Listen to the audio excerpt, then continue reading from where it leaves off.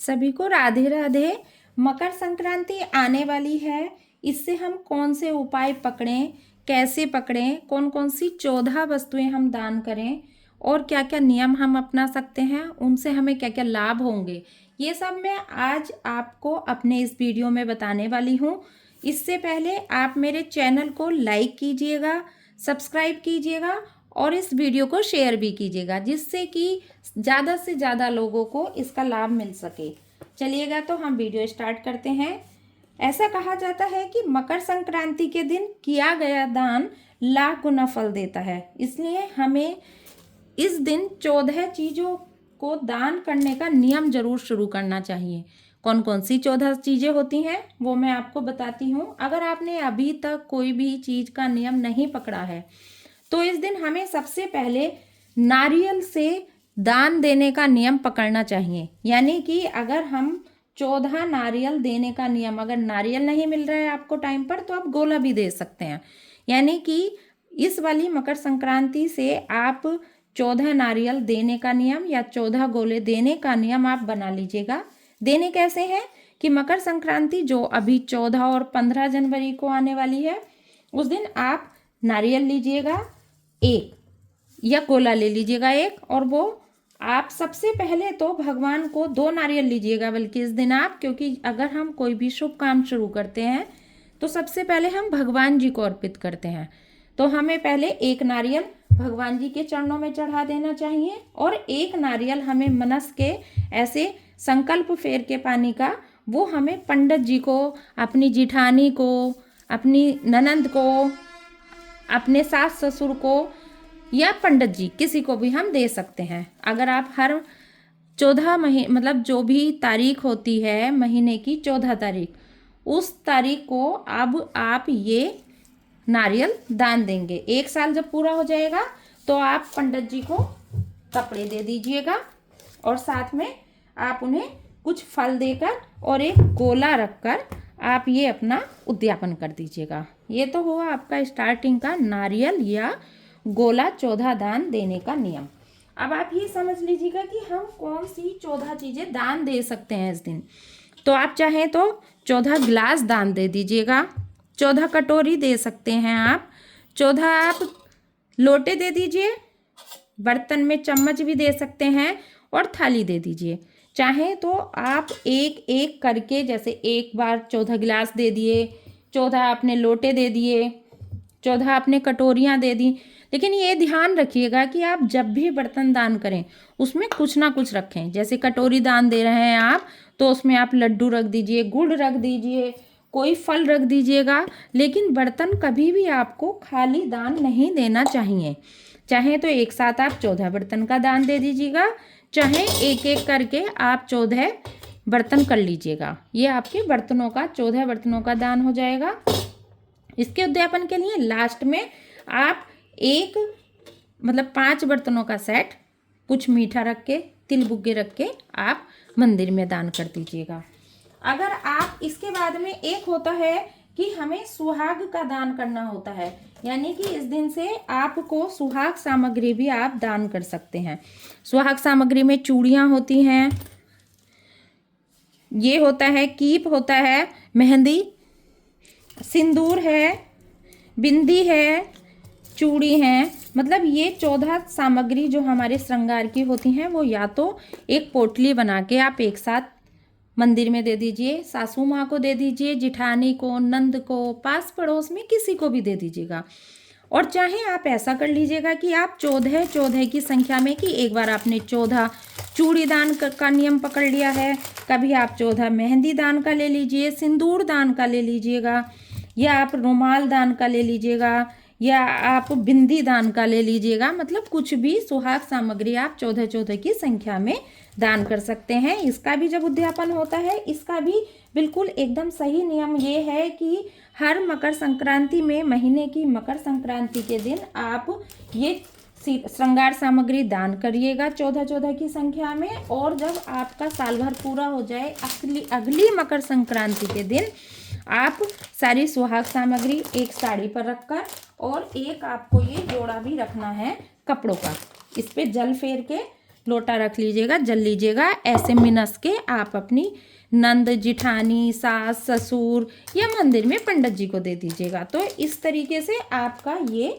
सुहाग सामग्री वाला जो है 14 जो दान देंगे आप, ये आपका नियम पूरा हो जाएगा।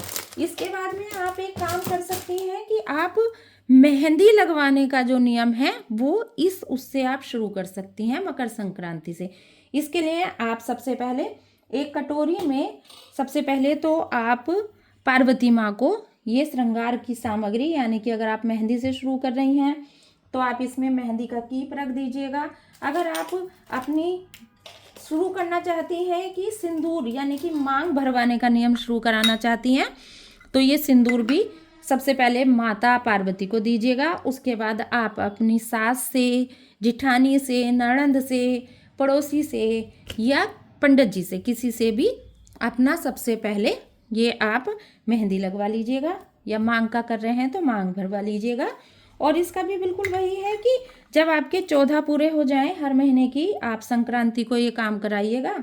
जब आपका पूरा हो जाएगा तो आप इसका उद्यापन कीजिएगा। उद्यापन में आप साड़ी रखिएगा, आप पूरी श्रृंगार सामग्री रखिएगा और उस दिन आप देने के लिए एक जेंट्स कपड़े भी रखिएगा। और इसे मिनस के आप अपनी जिठानी, नंद, अपने यहाँ पास पड़ोस में जिसे भी देना है, पंडित जी जिसको भी देना है, ये आप देकर अपना ये वाला नियम भी आप पकड़ सकते हैं श्रृंगार कराने का। एक नियम होता है कि गणेश भगवान जी को ये नियम आपका बहुत ही शुभ फल देने वाला होता है। इसमें क्या करना है आपको, गणेश भगवान को, ये गणेश जी को दुर्वा बहुत प्रिय है तो इन्हें प्रतिदिन दुर्वा देने का नियम बना लीजिएगा, चढ़ाने का। और ये चढ़ाना कैसे है, आपको इनके कान के ऊपर चढ़ाना है, दोनों कान के ऊपर।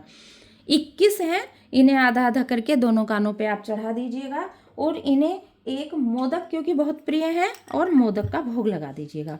ये नियम भी आप पकड़ सकते हैं।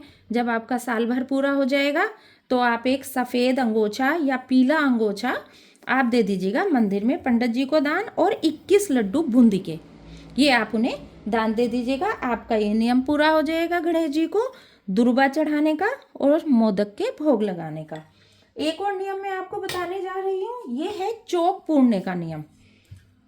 धन लक्ष्मी दीपक इसे हम बोलते हैं, इसे बोलते हैं धन लक्ष्मी दीपक का नियम। इसके लिए हमें अपने आंगन के घर के बाहर चौक पूर लेंगे हम, सुंदर सी, ज़्यादा नहीं तो आप ऐसे सतिया बना लीजिएगा और उसके ऊपर दीपक रखकर, दीपक आप लंबी बत्ती का लगाइएगा और दीपक का मुंह हमेशा घर के अंदर होना चाहिए, ऐसे दहलीज पे।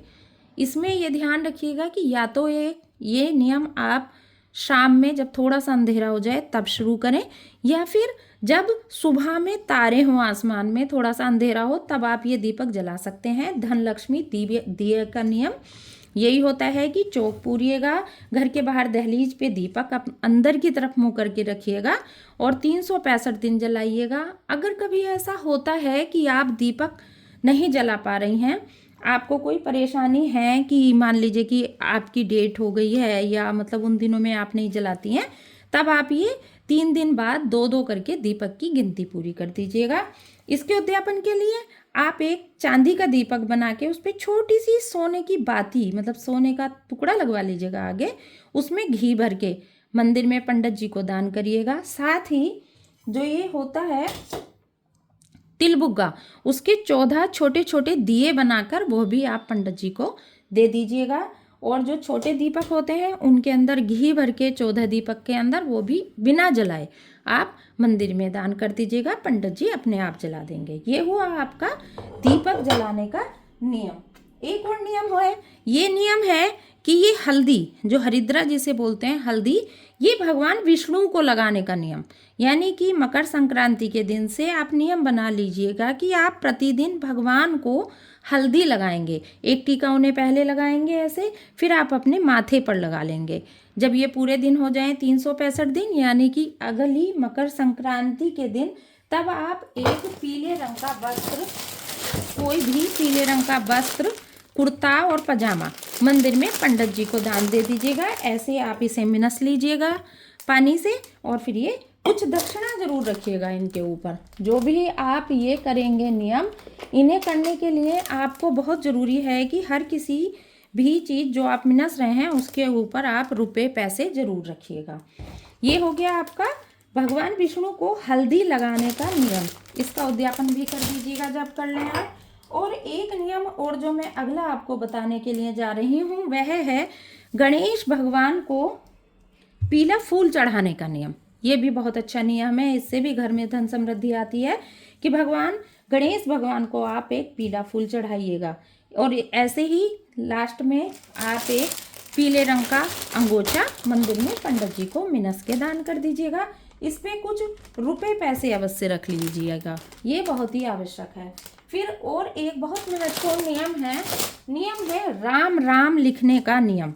एक लाल पेन से आप इस दिन एक किसी पेपर पर, मतलब वो कॉपी आती है, रजिस्टर आते हैं हमारे एक इनके, वो कॉपी ले लीजिएगा राम राम लिखने के।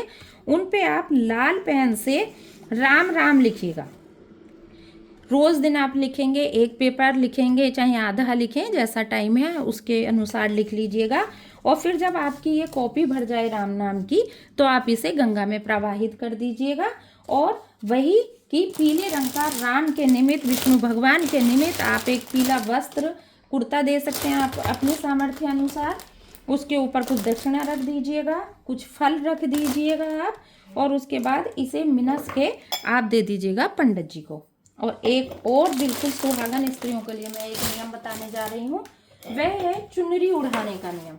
यानी कि आप अपनी सास से, अपनी नंद से, जिठानी से या पंडितानी से अपने आप को चुनरी उड़वा लीजिएगा लाल रंग की, ठीक है।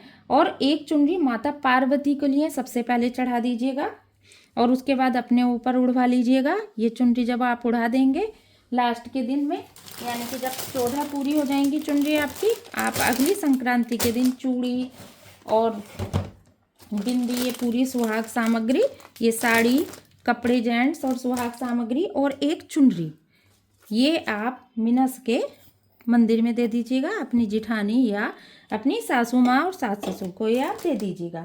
ये हमारे नियम तो बहुत सारे हैं, मैं अगली वीडियो में और आपको बताऊंगी कि 100 सेरे के नियम कैसे पकड़ते हैं, सीढ़ी चढ़ाना अपने सास ससुर को ये नियम कैसे पकड़ते हैं, और गोद भराई के नियम है, बहुत सारे नियम हैं। मैं आपको अगले उसमें चिड़िया चुग्गा चुगाने का है, कोठी भरने का नियम है, ये सब नियम मैं आपको अगले वीडियो में बताऊंगी। तब तक के लिए सभी को राधे राधे, जय श्री राम, जय भगवान, जय माँ लक्ष्मी, जय माँ वैभव।